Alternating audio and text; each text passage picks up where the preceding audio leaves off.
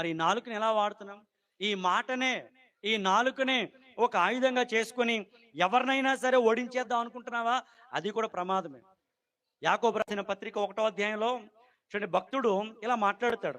నోటి మాట కంట్రోల్ లేని వాళ్ళు అసలు భక్తి పరులే కాదు. 1వ అధ్యాయం 26వ వచనం.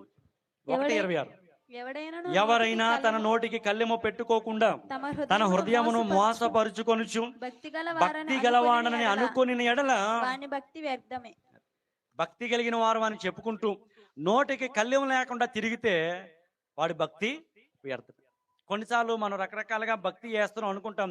బట్ భక్తి పరులైన వారి నోటి ఎప్పుడు కంట్రోల్ ఉందా? నీ నోటికి కంట్రోల్ ఉందా అసలు? నీ నోటి మాటలకి అదుపు ఏమైనా కనబడుతుందా? లేకపోతే నోటికి ఎంత మాట వస్తే అంత మాట, ఏ మాట అనాలనుకుంటే ఆ మాట అనేస్తున్నావా? జాగ్రత్త సుమా, నీ నోటి మాటకే ఒకరోజు నువ్వు లెక్క చెప్పు.